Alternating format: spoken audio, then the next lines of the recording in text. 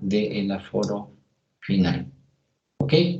Esta tabla que yo ya tengo los 6.075 vehículos que están circulando de manera, pues vamos a decir, muy aproximada, de acuerdo a un aforo que yo hice el día martes y el día jueves, determinando 15 minutos. O sea, es un valor que no es totalmente confiable, pero puede ser un valor que me puede llevar a obtener las características del tipo de suelo, perdón, el tipo de camino, fuera de suelo, tipo de camino que yo voy a estar trabajando. Ok, entonces, ahora, ¿qué es lo que vamos a hacer? Bueno, vámonos nosotros a establecer lo siguiente. Yo ya tengo mi tránsito diario promedio anual, mi TDP a 0, el cual yo voy a ir obteniendo los datos para determinar lo siguiente. Ya habíamos manifestado que este valor que yo obtuve, voy a tener que hacer una proyección para poder determinar de acuerdo a lo que nos dice el texto. Y entonces, para esto nos vamos al manual de proyecto geométrico 2018, donde yo voy a ver lo que nos indica que tenemos que hacer para poder hacer esta proyección. En la página 16 del manual viene el texto o viene la forma de cómo hacer de manera recomendable, recuerden que es una recomendación, para hacer lo que sería la proyección hacia el horizonte de proyecto. Vamos a ver nosotros lo que nos dice aquí. Voy a ampliar un poco más. Vale, no se puede. Ok. Ok, entonces nos dice proyección de la demanda. El proyecto de nuevas carreteras o el mejoramiento de las existentes no puede basarse en los volúmenes de tránsito o demanda actuales. O sea, aquí es lo que nosotros tenemos ahorita. El TDPA que tenemos es un TDPA actual. No se puede hacerse o no puede basarse en lo que sería una situación de datos actuales, ¿verdad? Sino que yo voy a hacer lo correspondiente para lo que se espera en el futuro. Aquí es importante saber esto que me dice lo que se espera en el futuro. ¿Ok? Desde el punto de vista ideal, la carretera debe proyectarse para alojar el tránsito que se usará durante su vida útil. ¿Ok? En condiciones razonables de mantenimiento. ¿Ok? Entonces, esto es lógico. Yo no puedo calcular una carretera con lo que está actual, sino lo que va a venir a futuro, pero siempre y cuando se tenga las condiciones de mantenimiento. Es difícil definir la vida útil de una carretera porque la duración real de la mayoría de las carreteras excede el periodo para lo que razonablemente se puede hacer predicciones de tránsito. ¿Qué quiere decir? Que yo digo, ok, yo quiero hacer una carretera para 20 años, pero esa carretera se mantiene durante 50 años, por lo tanto, es muy difícil que lo que yo diga de duración va a ser totalmente exacto, sino que vamos a tener una situación de puede ser correcto o puede ser incorrecto. Además, como dice ahí, los segmentos principales de esta pueden tener duraciones diferentes. Cada segmento está sujeto a las variaciones respecto a las expectativas de vida útil estimadas, debido a que pueden existir influencias no previstas en el análisis. como son la obsolescencia y cambios inesperados del uso del suelo, los que a su vez inciden en el padrón y magnitud de los volúmenes de tránsito. Es por esta razón que en vez de vida útil se emplea el concepto de horizonte de proyecto. Esto es el término que debemos de usar, el cual es el periodo para el cual se proyectará la carretera. Entonces, yo tengo una carretera la cual ha estado funcionando de manera normal, pero por situaciones de cambio de uso del suelo, donde yo pensaba que iba a ser un ejido o un terreno de cultivos, pues surgió una situación de un complejo, ya sea turístico, habitacional o de situaciones económicas, una empresa, una fábrica, no lo sé. Esto nosotros no podemos adivinar que pueda suceder a través del tiempo, y el camino que habíamos dicho que va a tener un incremento de vial de cierto porcentaje, a raíz de este cambio pues se va a incrementar. O al contrario, podemos tener un lugar muy económico, pero ¿qué es lo que pasó? Se elimina, o por cuestiones económicas se cierra, vamos a decir, un centro de trabajo, y va a reducir también el volumen de tránsito que esté circulando por ahí. Entonces, es complejo hacer un camino y que tengamos una situación de valores reales. El volumen de tránsito correspondiente al horizonte del proyecto será un valor que pueda pronosticarse con una aproximación razonable. Para realizar el tal pronóstico resulta útil el concepto de la tasa de incremento de tránsito, el famoso TIAT. Esta tasa de incremento anual de tránsito, nosotros la podemos determinar mediante análisis de documentos estadísticos de la región, que presenta la fracción con la que se incrementa el volumen de tránsito en cada año por efecto del desarrollo. Como el volumen de tránsito es una demanda derivada de la actividad económica, como hemos dicho, y esta está ligada a la tasa de interés de capital, TIC, normalmente el TIAC se determina con base al TIC. Pues sí, si nosotros tenemos un incremento de la tasa de interés de capital, quiere decir que vamos a tener mayor cantidad de volumen de tránsito, que puede ser a la baja o puede ser a la alta, como habíamos comentado. Entonces, de acuerdo con la actividad de que se tenga, como dice ahí, económica prevista. Algunas veces se utilizan TIAC diferente, ¿ok? Entonces, nosotros podemos decir que este TIAC pueden ser diferentes, usualmente mayores en los primeros 5 años de operación de la carretera para considerar el tránsito general. Esto es normal.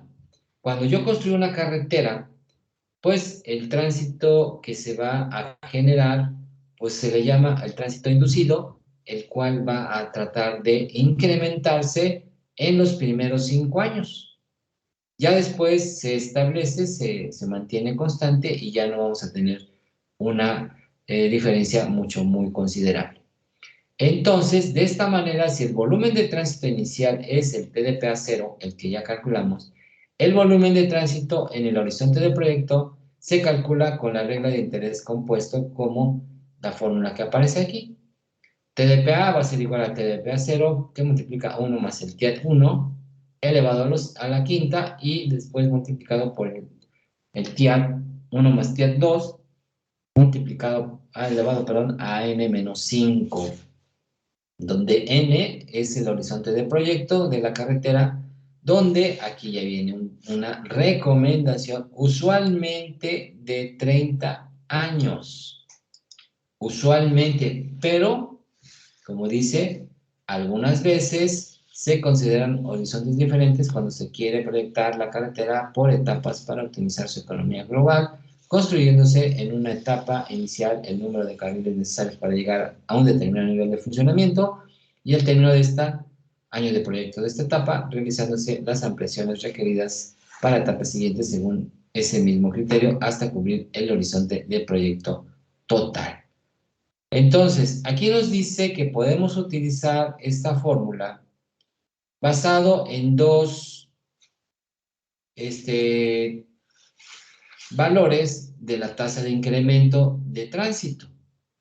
Una que puede ser elevada durante los primeros 5 años y la otra ya de manera pues generalizada. Aunque nosotros podemos hacer que esta fórmula la podemos determinar mediante lo que sería una sola tasa de incremento anual, para lo cual tendríamos que hacer el TDPA 0 multiplicado por 1 más el TIAC elevado a la n. Ya no voy a manejarlo en dos partes, pero una vez más, el criterio del diseñador o las características que tenga el camino, dependiendo de la situación de, de las actividades económicas de la región, nos indiquen que puede crecer mucho en los primeros años, o si no, lo manejamos simplemente con el 1 más TIAC multiplicado por, elevado, perdón, a la n, que sería el número del horizonte de proyecto. Después vamos a ver que existen formas de construcción donde nos establece que podemos hacer la carretera en 2 etapas. No construirla al total, porque aquí el horizonte de proyecto nos maneja 30 años y yo puedo hacer una etapa a los 15 años y la otra etapa, revisando las condiciones que se encuentran en el camino, puedo construirlo a los otros 15 años. Y la carretera se mantiene totalmente de acuerdo a las características que se están generando en ese momento. Pues aquí queda abierto a cómo quieran ustedes calcularlo, si bajo estas condiciones que nos dice la norma, o también puede ser analizado bajo otros aspectos de análisis que, que podamos nosotros pronosticar cuál sería el tránsito diario promedio anual del horizonte de proyecto. Para el cálculo del diseño geométrico, sí es indispensable determinar este TDPA proyectado al horizonte de proyecto. ¿Por qué? Porque nos va a dar las dimensiones con las cuales el camino va a cumplir con el tránsito que se va a generar durante toda la vida útil del camino. Hay algo importante que hay que entender. Si yo determino bajo estas condiciones que va a tener ciertas características, el nivel de servicio al inicio debe de ser un nivel de servicio muy bajo, en el sentido de que no hay vehículos, porque yo estoy proyectando hacia la mayor cantidad de vehículos que pueda tener mi camino, pero los primeros años no van a llegar a eso. Por eso se recomienda que se haga por etapas. Esa sería una de las situaciones más económicas que se puedan construir. Y así se está haciendo en algunos casos. Yo puedo construir una carretera que posiblemente, al hacer el análisis al horizonte de proyecto a 30 años, me determine una carretera de 4 carriles. ¿Ok? Pero esos 4 carriles van a servir hasta dentro de más de 20 años. No ahorita. Ahorita no necesito tanto. Y entonces construyo un cuerpo. Yo voy a hacer una carretera de 4 carriles. Construyo primero un cuerpo donde voy a alojar a los vehículos durante los primeros 5 o los primeros 10 años y después analizo, determino el tránsito diario para esos tiempos y hago ya el restante cuerpo para cumplir con la vida del horizonte de proyecto. Entonces, hay muchas formas de determinar nuestro camino, pero mi proyecto que voy a realizar lo hago completo. No quiere decir que haga yo un proyecto nada más para la mitad y después para la otra mitad, sino yo hago el proyecto completo y ya por cuestiones de análisis económico y de tipo constructivo, pues lo puedo dividir en dos etapas. Pero considerando todas las capas que vaya yo a hacer, los espesores de las capas, como si estuviera construyendo para 30 años. Porque una vez que termine, ya va a tener pues todas las características determinadas desde un principio. Ok, eso es lo que ustedes tienen que hacer. Van a determinar cuál sería el tránsito diario promedio anual, pero ahora sí, del horizonte del proyecto, que puede ser hasta 30 años, pero ustedes deciden cuál va a ser el tiempo del horizonte de proyecto que quieran establecer para su carretera. ¿Preguntas? Entonces, esto lo ven en el manual del proyecto geométrico, página 16. Sí, Víctor, adelante. Ingeniero, tengo duda para la obtención del TIAT. En caso de que conecte, por ejemplo, la carretera a dos ciudades, ¿podemos basarlo con algún promedio de crecimiento poblacional? Puede ser tu criterio, es correcto. Puedes hacerlo con uno solo, no lo sé. Ahí son todas las variables que puedes tener para que tú determines cuál sería la mejor opción. Puedes sacar un promedio o te puedes ir con la más alta, no lo sé. Todo depende del estudio. Por eso, para hacer un proyecto se tienen que hacer estudios preliminares. Esto lo vamos a ver más adelante. Hoy estamos hablando de hacer un cálculo con ya todos los datos, ¿no? Con todo el estudio socioeconómico, político, social, etcétera, etcétera. Y ahí tú determinas, ok, yo quiero la mitad ahorita, o promedio, o quiero mejor con el que está creciendo más, no lo sé.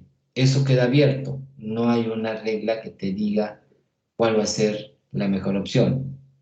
La mejor opción es tener toda la documentación y decidir lo que más te conviene. Ahí sí, cada quien es ahora sí que libre de hacer o utilizar su criterio de la mejor manera. ¿Ok? ¿Y existe algún rango recomendable para el TIAT? Disculpe.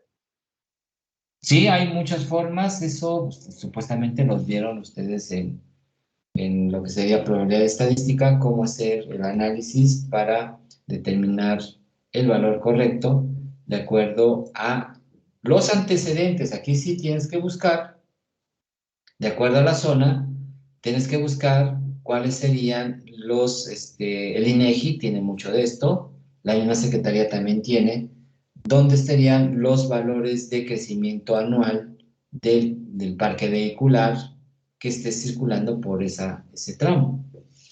Eso sí, cada quien va a determinar.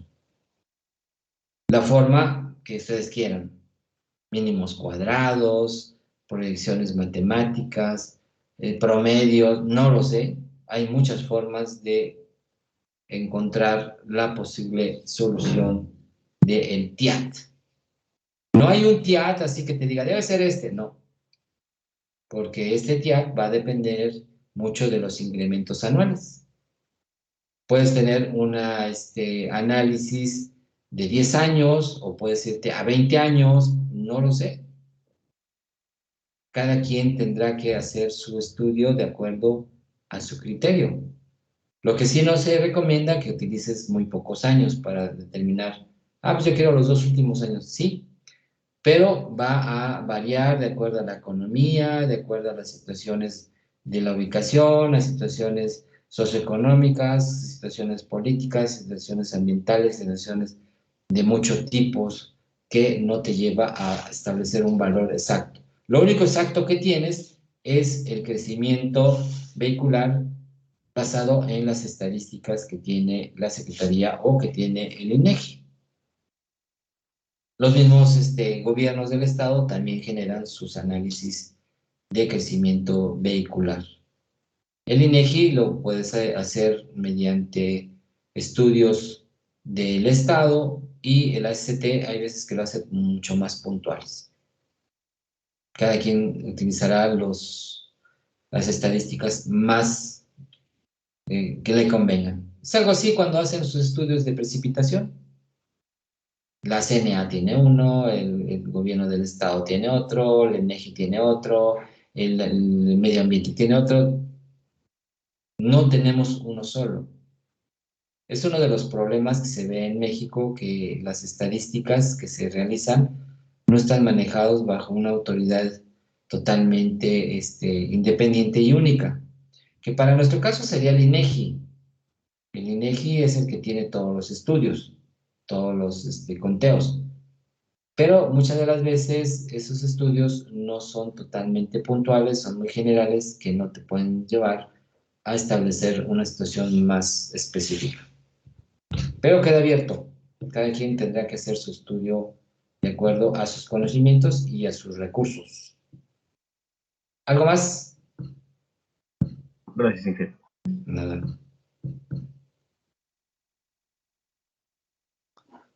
¿Algo más que quieran preguntar?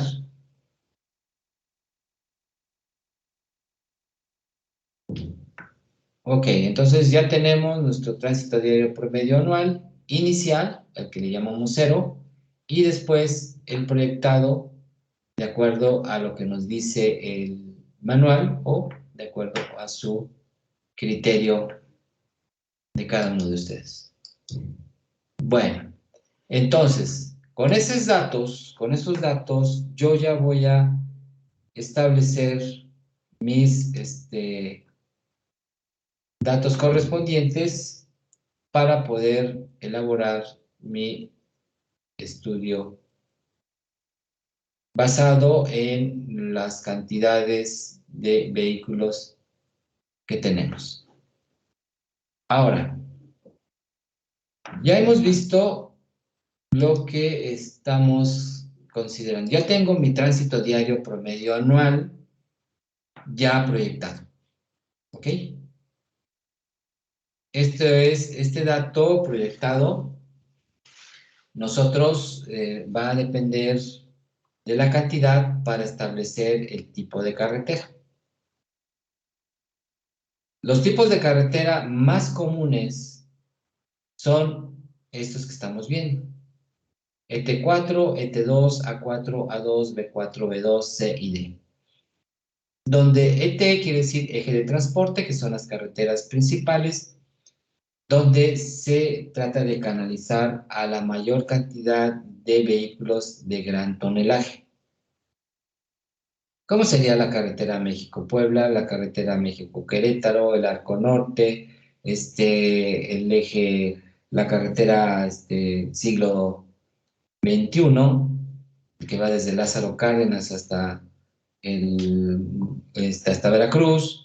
Tenemos carreteras el eje de transporte que va hacia Guadalajara, el que va hacia Monterrey, el que va hacia el lado de Chihuahua o Piedras Negras y todo eso, ya son ejes de transporte bien definidos, los cuales ahí se trata de que los vehículos estén de mayor tonelaje, circulen por esas carreteras, las cuales comunican a las principales ciudades de México.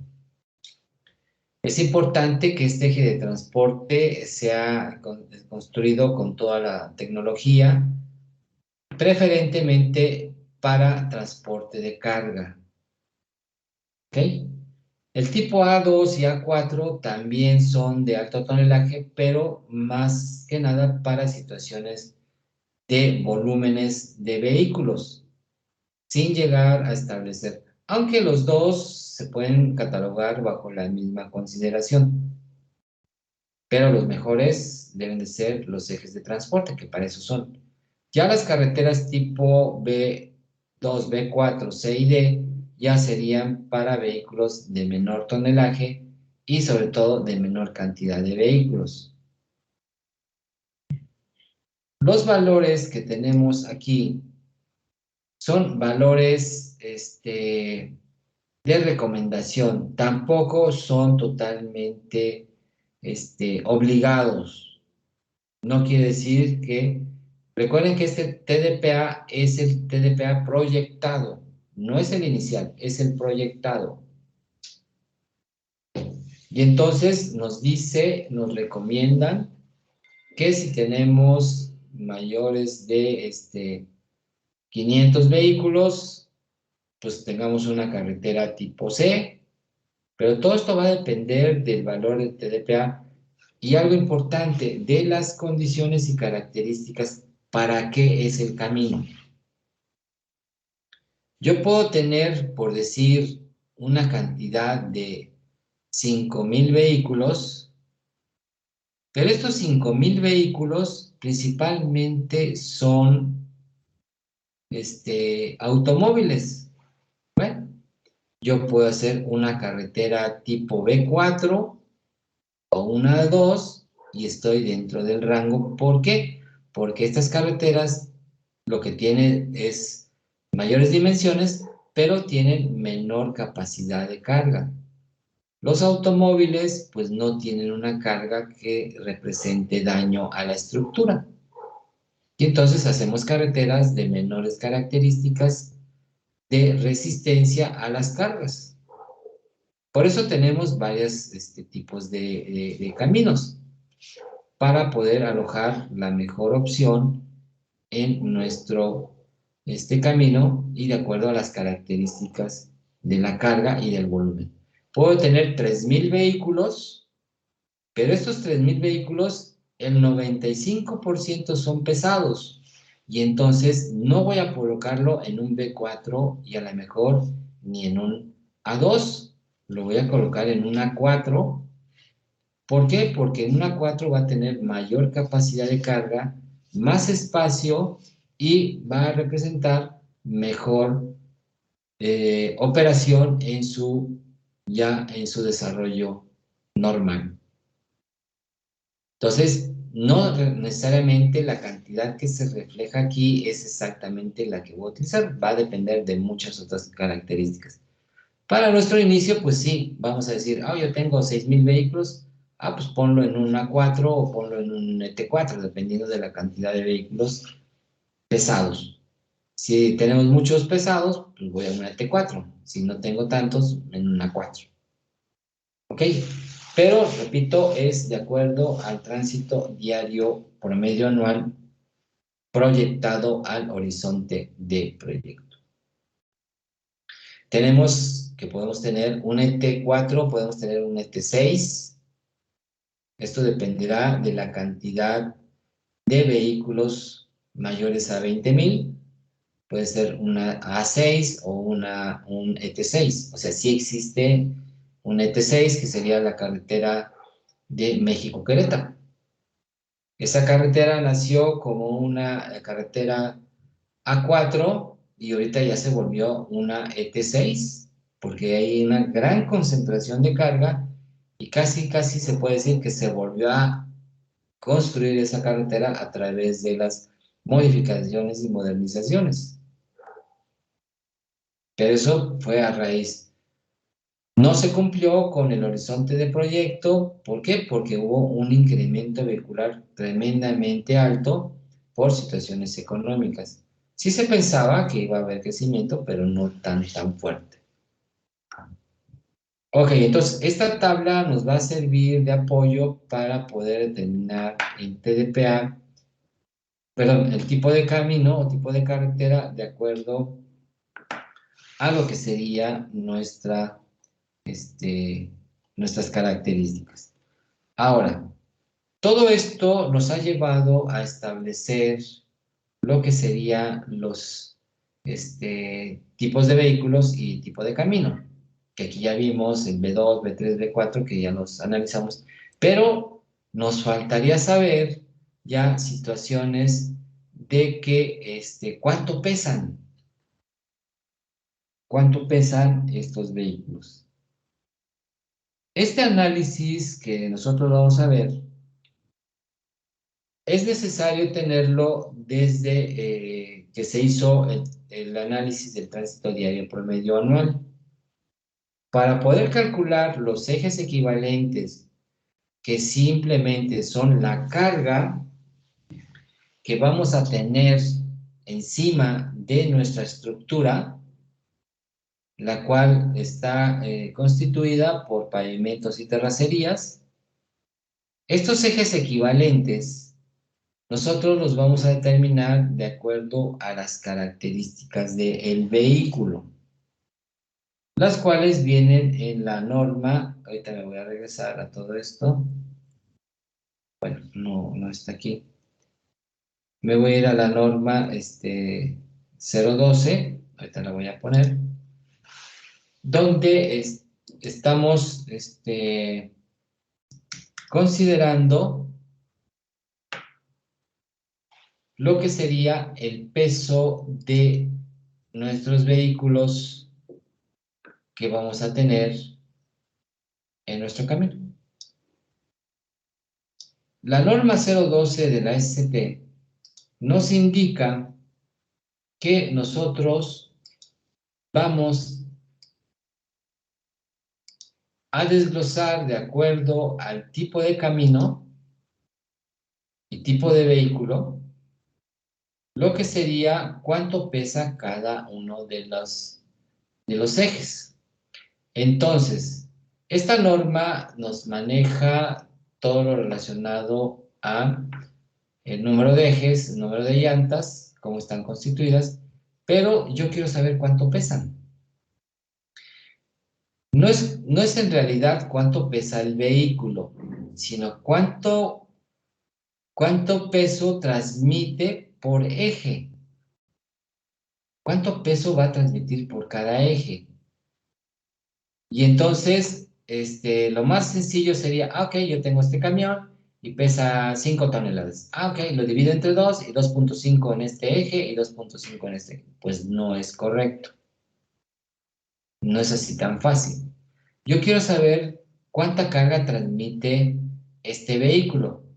Como sabemos que la carga, por lo regular, se transmite en la parte posterior de los vehículos, por eso vemos que tenemos ejes de 4 llantas o ejes de 2 llantas, ¿verdad? Aquí sí es importante conocer las características. Y entonces, de acuerdo a esos ejes, a nosotros nos dice la norma, ok, aquí están los ejes que vas a utilizar. Aquí están los ejes. Y entonces, cada eje va a depender del tipo de camión, obviamente, aquí el tipo de camión, y cuánta carga va a transmitirlo por eje. Ok, entonces, un camión, el B2, tiene un eje sencillo, adelante, de 2 llantas, y un eje sencillo motriz de 4 llantas. Esta sería la combinación de un camión tipo B2, pero viene una situación. Para poder ser utilizado ese camión para que circule, más bien para que decida yo el diseño de mi camino, lo primero que tengo que saber qué tipo de camino, en qué tipo de camino va a circular ese camión. Y estos valores que tenemos aquí son los valores máximos que puede tener el camión de acuerdo al camino que estoy diseñando. Como es una normatividad, es una norma, estos serían los valores más altos que pueda tener. Entonces, con estos valores que son los más altos, yo voy a diseñar mi estructura del camino, ya no mis dimensiones. Las dimensiones fueron establecidas mediante el tránsito diario promedio anual generado o ya proyectado. Y para los pesos o para las cargas que van a ser transmitidas a mi terreno, yo necesito saber cuánto transmite por cada eje. Entonces, vamos a tener un contacto de lo que sería la rueda con lo que correspondería a la superficie de rodamiento. ¿Ok? ¿Cómo se establece en esta situación? Yo voy a tener un eje y viene otra situación.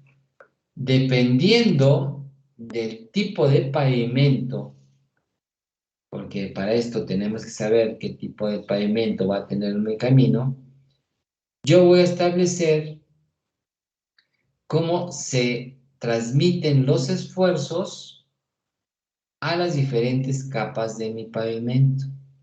Entonces, este eje, estamos viendo que no nada más es una rueda, sino es eje. Este eje va a transmitir en el pavimento rígido, que esto ya lo sabemos, un esfuerzo que se va a distribuir en toda la superficie donde incida este eje. Y en el pavimento flexible, el esfuerzo es transmitido más directamente o más puntual durante este circular del vehículo.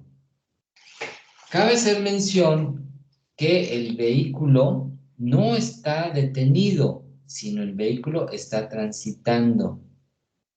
Por lo tanto, si tomamos el punto donde yo esté analizando esto, voy a poner aquí, a poner una línea,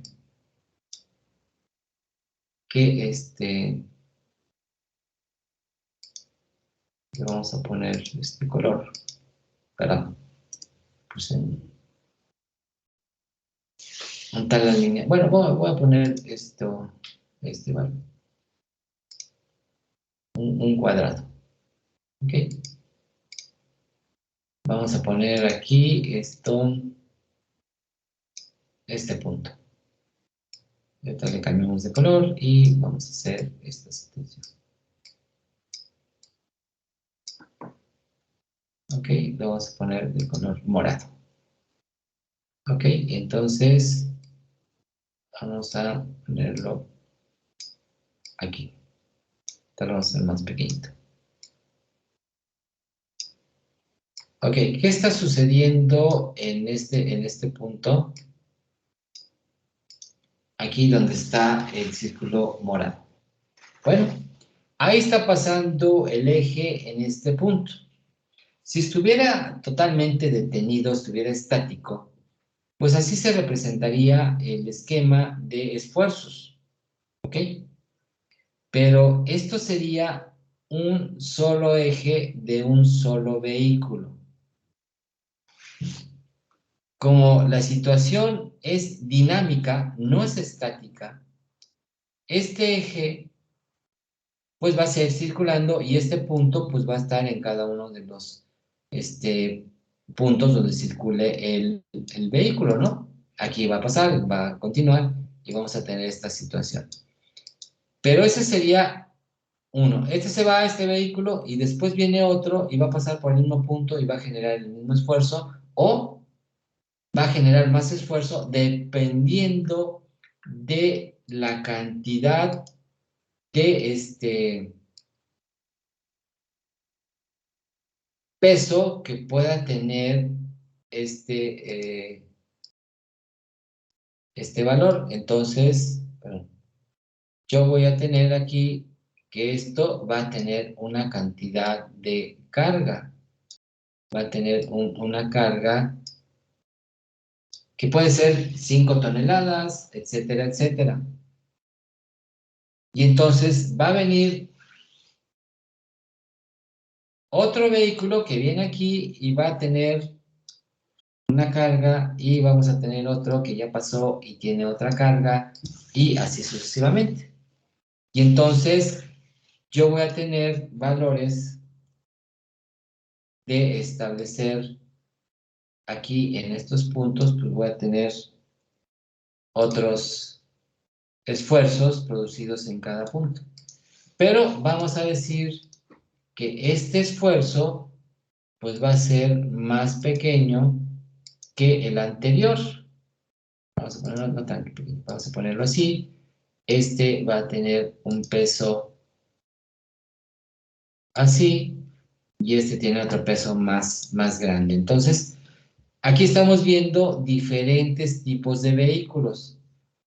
Ahora, si yo los junto, todos estos van a estar en el mismo valor. Yo voy a tener esto, más esto, más esto. ¿Ok? Yo los voy a tener todos en el mismo punto, diferentes cantidades de pesos. Voy a tener muchos, porque tengo diferentes vehículos, uno más pesado, otro tiene un eje más liviano, etcétera, etcétera, y tengo uno más grande. ¿Ok? Ahora, estamos hablando de un solo eje, Cuando tenemos dos ejes continuos, que quiere decir que yo tenga dos ruedas, me voy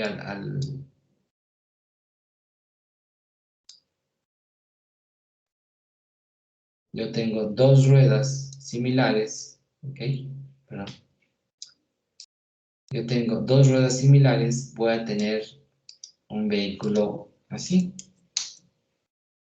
con dos ruedas, y las dos ruedas pues vienen ahí. Y entonces las cargas, pues voy a tener una aquí, y la otra la voy a tener aquí, ¿ok?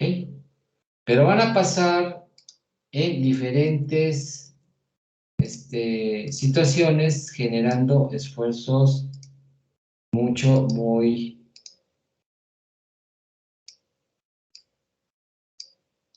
Aquí son la misma carga, pero son dos puntos distintos, entonces, pero eso sería un vehículo, pero no nada más va a pasar un vehículo por ese punto. Van a ir pasando más vehículos con diferentes ejes, con diferentes pesos, etcétera, etcétera, que esto me va a llevar a tener, pues, una gran cantidad de cargas, que sería muy complejo determinar cuánto sería la suma de estas cargas porque, híjole, ¿cómo le haríamos? Entonces, aquí estoy hablando de los ejes que van a ir pasando y pasan por este mismo punto y pasa uno más pequeñito, uno más grande, etcétera, etcétera, mayores pesos y me va a tener diferentes esfuerzos, unos más grandes, otros más pequeños, etcétera, etcétera. Y esto continúa durante todo el camino. En todos los puntos que tiene la carretera va a tener el paso de los vehículos. ¿Ok?